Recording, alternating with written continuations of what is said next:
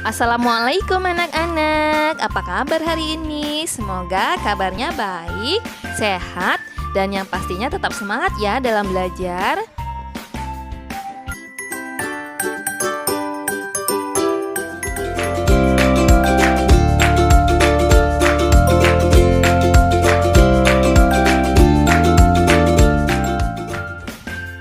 Mata pelajaran Bahasa Indonesia kelas 7 semester 1 pada KD berikutnya tentang teks deskripsi.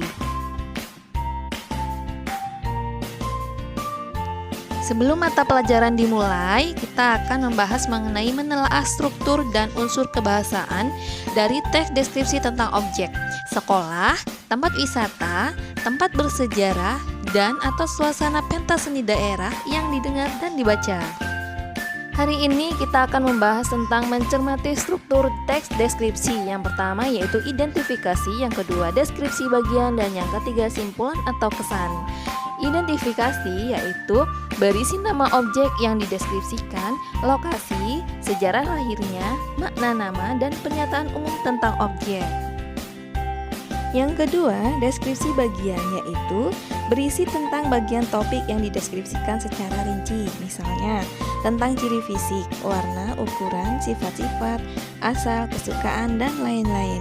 Deskripsi hanya memberikan informasi mengenai tempat, benda, atau orang, binatang tertentu yang dibahas. Kemudian, jenis pengembangan deskripsi bagian itu ada beberapa, yaitu yang pertama, deskripsi bagian berdasarkan ruang, yaitu berisi perincian bagian-bagian ruang objek yang dideskripsikan. Misalnya, penulis mendeskripsikan bagian pintu masuk, bagian tengah, bagian belakang. Perincian ruang juga dapat menyebut nama ruang-ruang dan ciri-cirinya. B. Deskripsi bagian berdasarkan anggota bagian-bagian objek, yaitu berisi perincian bagian-bagian yang dideskripsikan. Pantai digambarkan bawah lautnya, bibir pantai, ombak dan pasirnya, pemandangan tumbuhan dan hewan pantai. Yang C. Deskripsi bagian berdasarkan proses sesuatu berlangsung, berisi perincian bagian awal, mulai meningkat puncak atau inti, penutup. Misalnya, penulis mendeskripsikan awal pementasan, puncak adegan, mulai meluruh, dan penutup. Kemudian yang D, deskripsi bagian berupa pemfokusan, yaitu berisi bagian yang paling disukai dari bagian yang dideskripsikan. Contoh, bagian yang paling saya sukai dari perpustakaan ini adalah ruang bacanya. Desain unik dengan cat cerah memberikan kenyamanan yang luar biasa pada pengunjung. Kemudian yang ketiga, simpulan atau kesan, yaitu berisi penutup dari teks deskripsi yang berisi tentang kesan umum terhadap objek yang dideskripsikan.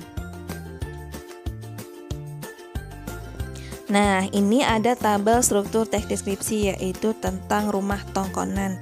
Coba kalian baca, di sini ada identifikasi, itu ada nama objek, kemudian lokasi dan gambaran umum objek.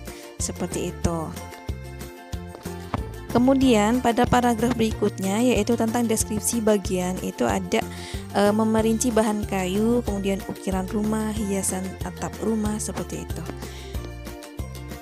Kemudian pada penutup itu ada yang namanya kesan umum. Kemudian pembahasan selanjutnya yaitu menelaah penggunaan bahasa pada teks deskripsi. Yang pertama, ada penggunaan kalimat perincian untuk mengkonkretkan. Contoh kalimatnya yaitu ayahku orang yang sabar. Nah, sabarnya itu seperti apa? Nah, kalimat perincian penjelasannya yaitu wajahnya teduh dan selalu tersenyum menghadapi masalah apapun.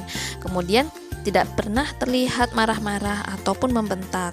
Beliau selalu menunjukkan perasaannya lewat gerakan bermakna di wajahnya. Yang kedua, penggunaan kalimat yang menggunakan serapan panca indera.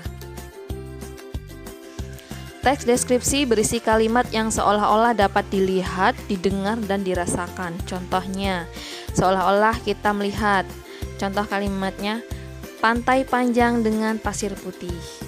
Kemudian seolah-olah mendengar. Contohnya, debur ombak pantai terdengar berirama. Yang ketiga, penggunaan kata dengan kata dasar dalam kurung KPTS. Contohnya, kata memukau, pembentukannya yaitu men dan pukau. Kemudian yang keempat, penggunaan sinonim pada teks deskripsi. Contohnya, kata mengherankan sinonimnya yaitu mengagumkan, memukau, dan fantastis. Kemudian yang kelima, penggunaan kata depan pada teks deskripsi.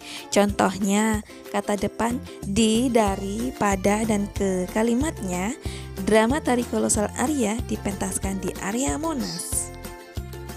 Kemudian yang keenam, penggunaan kata khusus. Nah, kata umum adalah kata yang luas ruang lingkupnya dan dapat mencakup banyak hal. Sedangkan kata khusus adalah kata yang ruang lingkup dan cakupan maknanya lebih sempit. Kata-kata yang termasuk dalam kata umum disebut hipernim. Kata umum dan kata khusus sebenarnya sinonim dengan makna yang lebih khusus.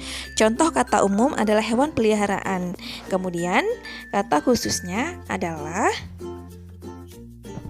kucing, kelinci, burung, dan ayam. Yang ketujuh, penggunaan kata depan di dan huruf kapital. Contohnya, tempat di Lampung, di Bekasi. Kalau arah di bagian timur rumah Tongkonan. Kemudian yang kedelapan yaitu mendaftar kalimat bermajas. Contohnya, kalimat bermajas yaitu angin laut mengelus wajahku. Kemudian yang kesembilan, penggunaan pilihan kata yang bervariasi. Contohnya, kata yaitu indah, elok, permai, dan melek. Nah, kalimatnya pantai indah nan permai. Demikianlah pembelajaran kita hari ini, semoga bermanfaat. Dan yang kalau belum paham silahkan tulis saran atau pertanyaan di kolom komentar ya. Dan jangan lupa buat kalian like, komen, dan subscribe dan share di media sosial supaya teman-teman kalian juga ikut belajar ya. Terima kasih.